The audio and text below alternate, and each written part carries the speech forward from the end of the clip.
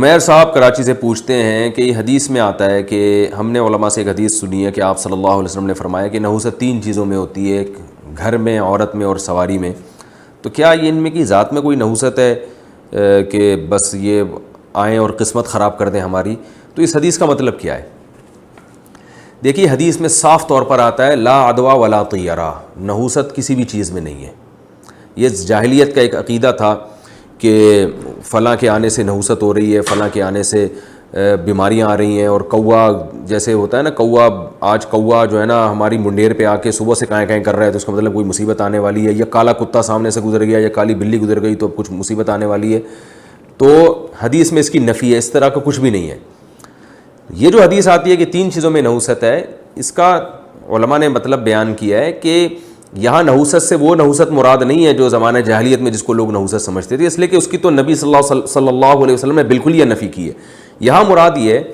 کہ انسان کی زندگی میں یہ 3 چیزیں اگر اس کو ڈھنگ کی نہ ملیں تو اس کی زندگی کی برکتوں کی ایسی کی تیسی ہو جاتی ہے۔ گھر مطلب کا نہ ہو، یعنی ہوادار نہیں ہے، اس میں دھوپ روشنی کا انتظام نہیں ہے، یہ وہ تنگ اتنا ہے کہ اتنے چھوٹے سے گھر میں آپ رہ رہے ہو اور وہ سکون جو آپ کو ملنا چاہیے تھا وہ ملا ہی نہیں، تو دنیا کی ہر نعمت ہو کے بھی آپ کی زندگی کی برکتیں ختم ہو جائیں گی، یعنی وہ اس معنی میں نحوست ہوگی۔ اسی طرح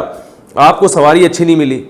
سرکش گھوڑے ہوا کرتے تھے پہلے، وہ کسی کا گھوڑا سرکش ہے، وہ بیٹھنے میں گھنٹہ لگا دیتا ہے، وہ بیٹھنے ہی نہیں دیتا، پھر بیٹھ گیا تو کچھ پتہ نہیں کب چھلانگ مار کے اپنے مالک کو گرا دے، اس کو قابو کرنے میں 2 گھنٹے لگتے تھے، پھر اس پہ کیا سفر ہوگا، اونٹ سرکش مل گیا۔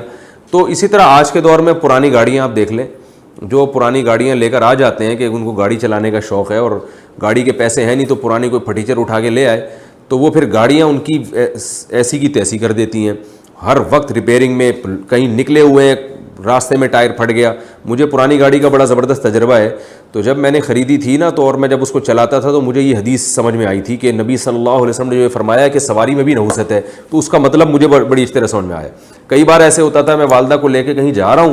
اب میری بیچاری بوڑھی والدہ بیٹھی ہوئی ہے، وہ گاڑی کا ٹائر پنچر ہو گیا، کیونکہ ٹائر بھی جب گاڑی پرانی ہے تو ظاہر ہے ٹائر بھی پرانے ہوں گے، بیچ روڈ پہ ہم کھڑے ہوئے ہیں ٹائر چینج کر رہے ہیں اس کا، پھر کہیں جناب واپسی پہ آ رہے ہیں، کہیں والدہ کو لے کے فوری پہنچنا ہے یا گھر والوں کو لے کے جانا ہے، تو پتہ چلا کہ جی وہ اس کا وہ ریڈیٹر کام نہیں کر رہا، کبھی وائپر کام نہیں کر رہے، اور کبھی محلے والوں کے جو ہے نا وہ باڈی بلڈنگ کر رہے ہیں، اس سے دھکے لگا لگا کے ان کے کٹس بن رہے ہیں، اس سے وہ دھکا ہو رہا ہے، کبھی بیٹری خراب، ایک ٹینشن۔ تو میں نے اس وقت کہا بھائی یا تو اچھی گاڑی لے لو، اگر یا پھر یہ کہ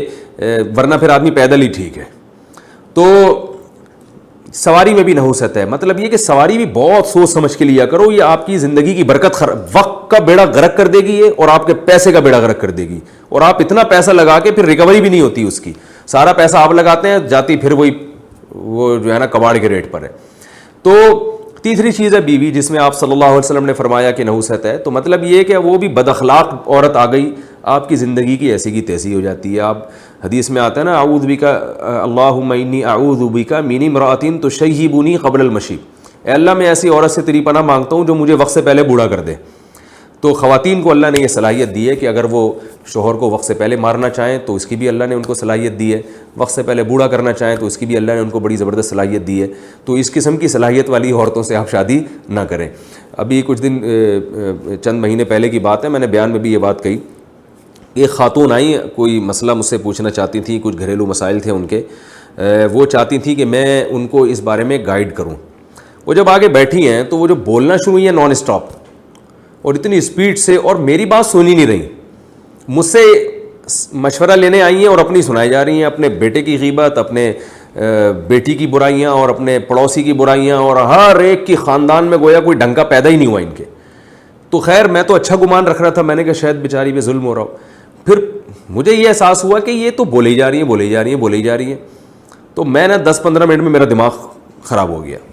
تو مجھے یقین ہو گیا کہ ان کے شوہر کا انا للہ ہو چکا ہوگا اب تک، حالانکہ انہوں نے بتایا نہیں کہ میں بیوہ ہوں، لیکن مجھے ان کی باتوں سے اندازہ ہوا۔ میں نے کہا یار 15 منٹ میں نہیں، ان کو آدھا گھنٹہ ہو گیا، مجھ سے برداشت نہیں ہو رہی، تو یہ تو ایجڈ خاتون ہے، 50-60 سال تو ان کی عمر ہوگی، تو ان کے میاں نے ان کو کیسے برداشت کیا ہوگا؟ تو مجھے یقین تھا کہ یہ بیچارے برداشت نہیں کر سکے ہوں گے، اور اس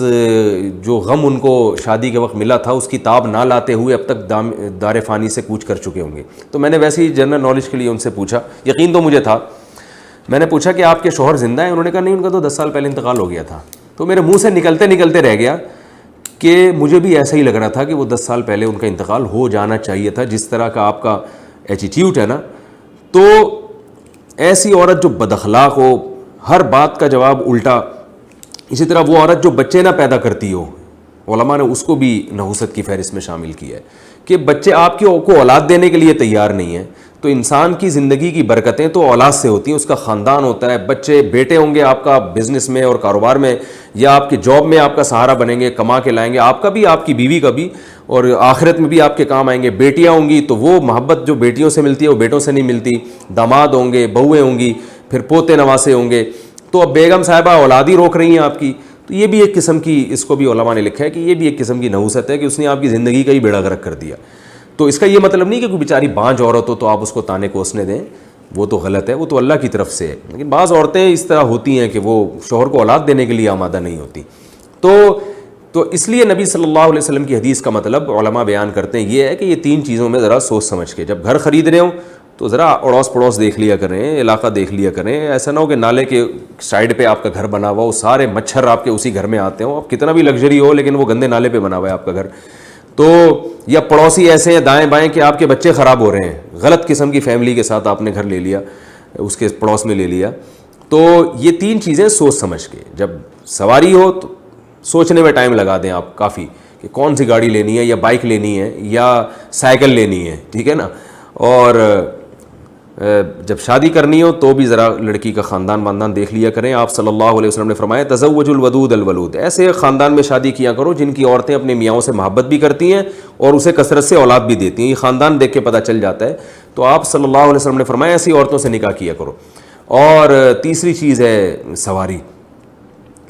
اس میں بھی آپ سواری, گھر اور بیوی, ان 3 چیزوں میں ذرا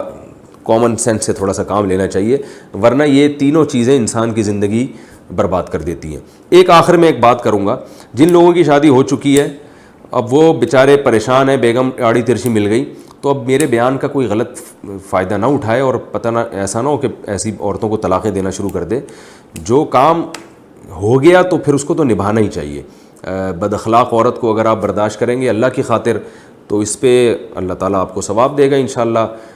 آپ کی خطاؤں کو اللہ معاف کرے گا. ہاں بالکل ہی ناقابل برداشت ہو جائے, ڈپریشن میں جانا شروع ہوں, پھر ایک الگ بات ہے. لیکن جب نکاح ہو گیا تو پھر شریعت حتی الامکان جوڑنے ہی کا حکم دیتی ہے. میں اس لیے کہہ رہا ہوں کہ لوگ, ایک بات جاتی ہے تو لوگ پھر اس کو مس یوز کرنا شروع کر دیتے ہیں. اب 100% تو گھر میں کوئی بھی صحیح نہیں ہوتا, میاں کون سے 100% صحیح ہوتے ہیں, وہ بھی تو آڑے ترچے ہوتے ہیں.